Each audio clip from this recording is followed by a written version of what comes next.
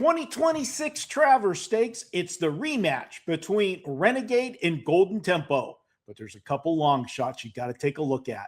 Hey, I'm Marco D'Angelo, and I'm going to preview this year's 2026 Travers Stakes from Saratoga. Let's get right into it. And I am doing this for WagerTalk.com. All right, guys, emerging market has the rail. I'll be quick with these previews. Emerging market, yeah, he was the buzz horse going into the Kentucky Derby. Didn't live up to it. I think it was just a little bit too much too soon, as this horse won his first two races and then was thrown right into the deep water of the Kentucky Derby. And he raced poorly there. Came back and raced in a non-winners of two race, condition race, and was a second, but a disappointing second, going off odds-on favorite, beaten 3 lengths in that race. The biggest key on this one, Flavien Prat has ridden them in every race. He bypasses emerging market, and so will I.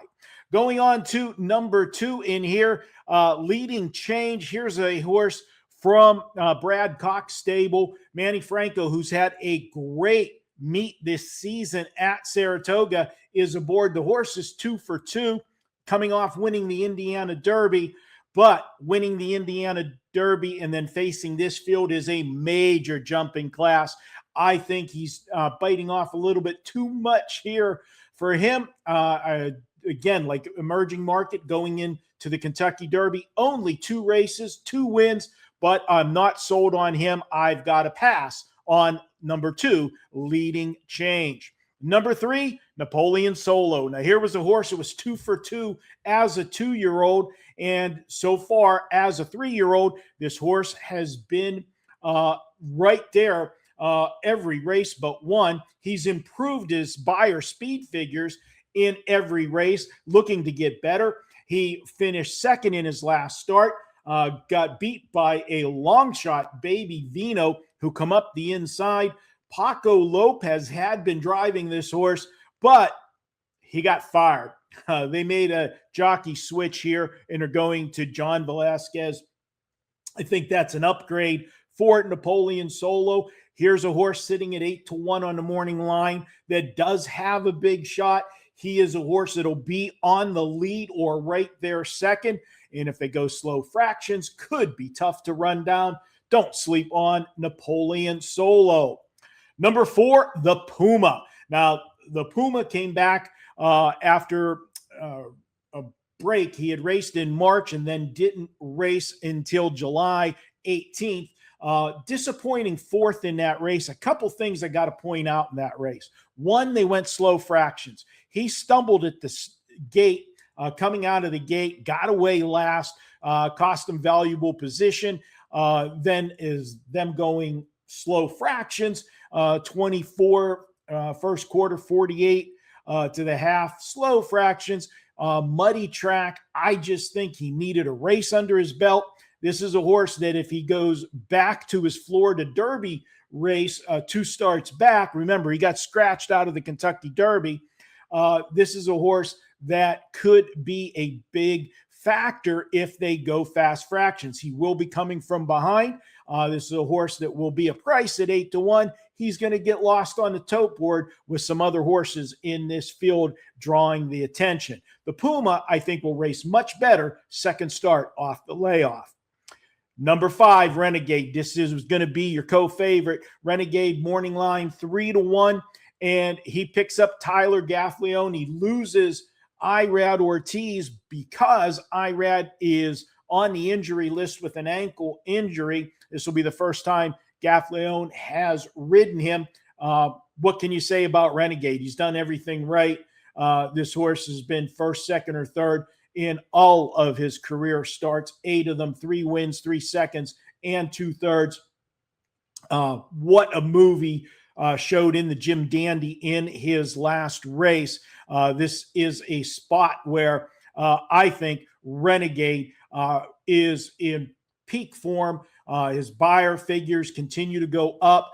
I look for a big effort out of Renegade, and he probably will go off the post-time favorite, even though Golden Tempo's in this race. We'll talk about him in a moment. Number 6, Ocelli. I'm going to be quick on this one. This is the maiden horse, 10 career starts, has yet to win. Yes, he's hit the board a few times, and this horse is almost a millionaire, finishing second and third in races. But this is a horse that can't go in this field. I just don't see any scenario that gets him hitting the ticket. He is a pitch for me. Ocelli needs to be put in a much softer race. Number 7, Sea Strike, is a horse that does intrigue me. This is a Chad Brown horse, has 3 career starts, and is getting better with each start. Now, he's going to be taking on the big boys for the first time, but I got to tell you, the way he ran away and hit in his last race looks like a horse that might be a serious horse. This horse put away Chief Wallaby in a small stake race, the Curlin, 150,000 K race. And Chief Wallaby was the odds-on favorite in that race. Chief Wallaby finished second, but when they hit the stretch and they hit the go button on this horse, he drew off by 8 1/4 lengths. Very impressive. That was 1 1/8 miles. That was the first time that he went 2 turns, and now he's stretching out to 1 1/4 miles. The way he went through the stretch in that race tells me he should be able to handle 1 1/4 miles. This is an intriguing horse from Chad Brown. And guess what?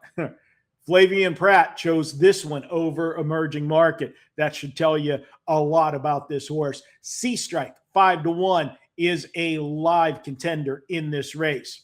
Number 8, Baby Vino. Yeah, he beat Napoleon Solo in his last race. Went off big odds in that race, but I'm not going to buy it back here. He had the perfect rail trip in that race. It was at Monmouth Park. He has raced well at Monmouth Park, 2 wins there. His buyer figures are going up. If he takes another step forward, he could be there. But just that 100 that he got in the Haskell buyer speed figure, I question that number a little bit. I also got to look at history. Horses that win the Haskell don't come back and win the Travers. History has shown that that has not been the way to go, and I am going to look elsewhere by passing on Baby Vino. Number 9, we got Golden Tempo, and Golden Tempo, what can you say? He's done nothing wrong. The Kentucky Derby win, everybody said, hey, it was a perfect trip. They went suicide fractions up front, set up perfect form, come from behind, and got the job done. Well, then in the next race, when he didn't anticipate as much of early fractions, people dismissed him once again, and he went off at 6-1 after winning the Kentucky Derby in the Belmont, and he shocked everybody by coming from dead last once again to win the race. Now, 2 things about that race. Everybody says that stamped him legitimate, and it was a great race. I'm not taking anything away from him. He put up a 98 buyer speed figure. He has gone up in every race that he's run. His buyer speed figure is improved. The one thing I'm going to say about that race, and there was a big track bias that day when he raced at Saratoga for the Belmont. Speed was holding up all day long. That was another reason why he got dismissed on the tote board because the horses weren't coming from off the pace. But I can tell you, 15 minutes before that race took off, they had a torrential downpour. The skies opened up at Saratoga. That water on the track definitely could have affected the surface and changed the bias for that race. And I think that helped him. And nobody really talks about that. I can't fault the horse. I'm not going to have the horse beat me. He'll be on my ticket. But I think he could get beat here in this one.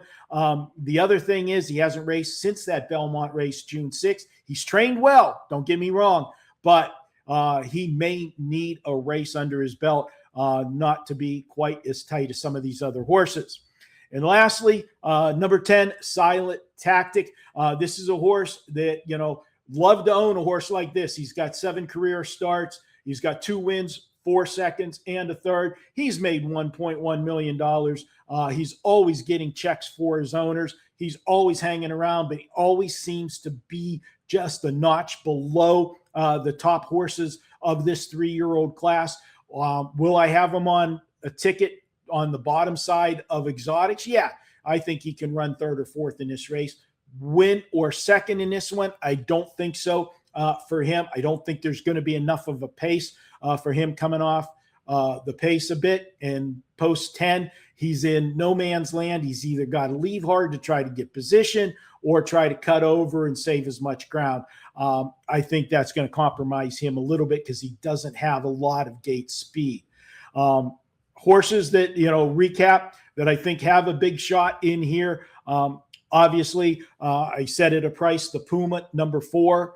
Obviously, number 5, Renegade, and number 9, Golden Tempo. Horses that have big shots as well. Number 3, Napoleon Solo. I think this horse keeps getting better every week, or every start, I should say. And, of course, the 7, Sea Strike, with Flavien Prat choosing this one, coming off an impressive win in his last start. Those are the preview for it. Now, if you want to get my actual betting strategies for this race and all of my plays on Saturday in baseball, football, WNBA, check it out. Head over to WagerTalk.com.